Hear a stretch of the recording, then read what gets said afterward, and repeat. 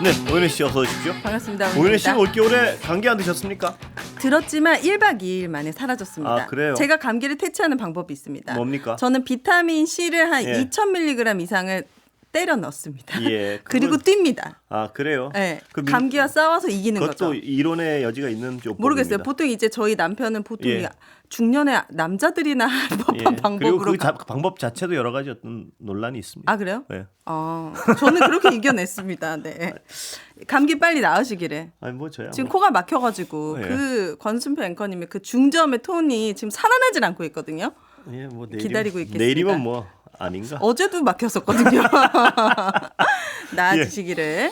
자, 2592님께서 윤 대통령이 구치소로 안 가고 병원으로 갔다고 하네요. 설마 술 못 마셔서 금단 현상인가요? 아니 이 술 못 마셔서 금단 현상이 뭐 지금 이런 건 괜찮은데 걱정은 그겁니다. 아까 제가 잠깐 얘기했는데 네. 혹시나 또 병원 어떤 지병 핑계로 병원에서 막 시간 끌고 이럴까 봐요. 아, 네. 예. 괜히 뭐 링겔 하나 더 맞고 막 뭐 이러면서. 그게 가능하다면 만약에 그럴 뭐 그것도 능히 그런 일도 할 분인 것 같아서요. 네, 예, 모르겠습니다. 지켜봐야 될 것 같습니다.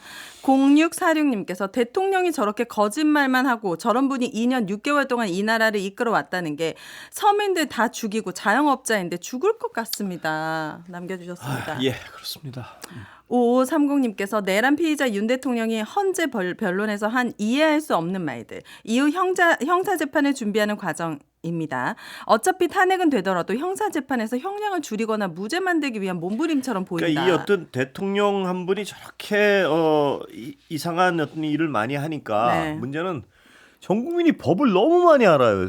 그 법을 맞아요. 막 헌법 책이 몇십 배가 넘게 팔렸대요. 작년에 이게 비해. 그 네. 법을 그렇게 많이 하는 게 과연 바람직한 사회인 그냥 법 모르고 살아야지 그러니까요. 정상적인 건데 네. 국민들이 저거 왜 하도 엉뚱한 소리 하면서 합법적이라고 자꾸 얘기를 하니까 네. 그게 어떻게 합법적이지 하고 또 법정까지 들여다보고 또 법 나오면 공부하시고 참 피곤한 나라가 된 것 같아요. 참 피곤하게 만들고 예. 있습니다. 예. 정리되어 가고 있죠. 내란 수괴범 잡아넣고 제가 늘 말씀드리지만 음력서를 기점으로 해서 네. 아니 농담이 아니고요. 네. 다 회복돼 나갈 것이라고 저는 봅니다. 네, 왜냐하면 네, 자영업자 분들도 조금만 예. 힘내주시기를 회복돼 나갈 부탁드립니다. 겁니다. 왜냐하면 사회란 건 뭐 흐름이 있지 않겠습니까? 네. 많이 망가졌으면 회복되는 게 흐름이고요. 우리 국민들의 예. 또 회복 탄력성이 좋으시잖아요. 그렇습니다. 예. 함께 노력하면 좋을 것 같습니다. 그렇습니다. 예. 제가 어제 너무 좋은 글을 발견해서 여러분들에게 들려드리려고 가지고 왔습니다. 예. 권정민 서울교대 교수님께서 예. SNS에 올린 글인데요. 예. 제목은 내 아들을 극우 유튜브 세계에서 구출해 왔다라는 글입니다. 예. 좀 길지만 여러분들에게 좀 안내해드리도록 예. 하겠습니다. 나는 비판 이론을 기반으로 연구하는 학자다라는 말로 시작합니다. 예.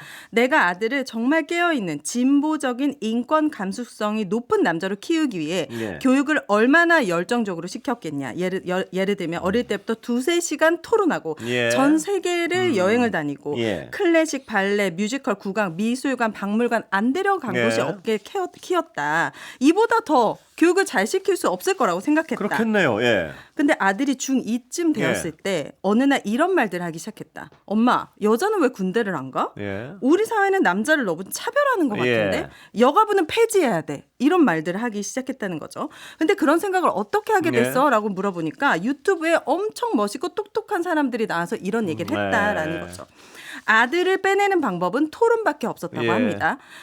여가부 폐지가 남자인 너에게도 왜 손해인지, 예. 페미와 진짜 페미니즘은 어떻게 다른 건지, 예. 극단주의를 알아보는 방법, 가짜 뉴스를 가려내는 방법, 예. 차별금지법 등등.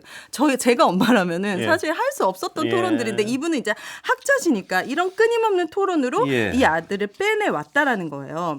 그런데 대부분의 부모들은 자기 아이가 이런 세상에 빠졌다는 거를 눈치를 채지 못할 거라고 예. 했고 알더라도 빼내올 방법을 모를 것이라고 했습니다. 다시 얘기하자면 이들 극우들의 생각은 매우 끈적끈적해서 잘 안 떨어진다라는 거예요. 왜냐하면 감정을 건드리기 때문에 또 아이들이 속기가 쉽고 왜냐하면 네. 일국의 대통령도 지금 극우 유튜브한테 빠져가지고 저 이상한 행위를 많이 하는데 맞아요. 역사학자들도 그렇고. 그렇습니다. 아이들의 경우에는 그 주장을 들어보면 분노를 자극하고 늘 어떤 극단적 사상이 스며드는 방법 중에 하나는 사람들의 분노와 열등감 네. 뭐 이런 걸 자극해서 적을 만들고 공격하게 하고. 예, 그래서 미워하게 증오의 대상을 만들고. 네. 근데 거기에 빠져가지고 지금 일국의 대통령 특히 대한민국이라는 어떤 정말 어렵게 만들어놓은 멋진 나라를 이 모양으로 만들고 있는 사람도 네. 그 유튜버를 본다고 노골적으로 얘기를 하고 대통령 주변에 측에서. 보라고도 하고. 네. 근데 아이들이야 위험하죠. 네.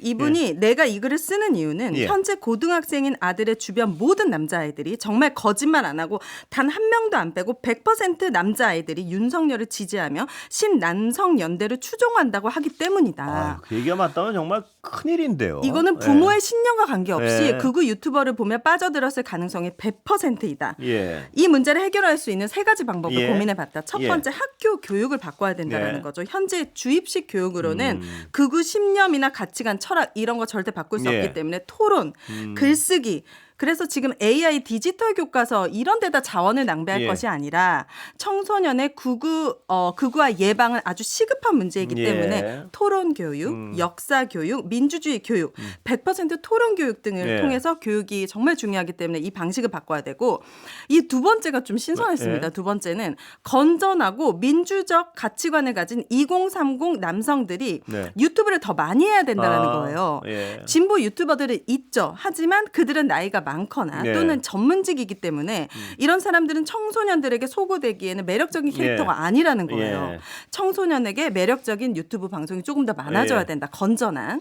그리고 마지막으로 세 번째는 경쟁적 입시 시스템을 벗어날 수 없다면 논술이나 토론, 디베이트처럼 비판적 사고력을 집중적으로 훈련할 수 있는 입시 제도를 새롭게 만들었으면 좋겠다라고 이렇게 아젠다를 주셨습니다. 이분 권정민 교수님. 네, 서울교대 교수님이시죠. 네. 예, 훌륭하신 분 같습니다. 정말 이 글을 저도 이제 올해 학부모가 되고 아들 엄마이기 때문에 이분 이렇게까지 훌륭한 키였지만 결국에는 어떤 이 시대의 흐름 그리고 이분이 얘기하는 건 2030의 아이들이 그대로 노인이 된다는 거예요. 그렇습니다.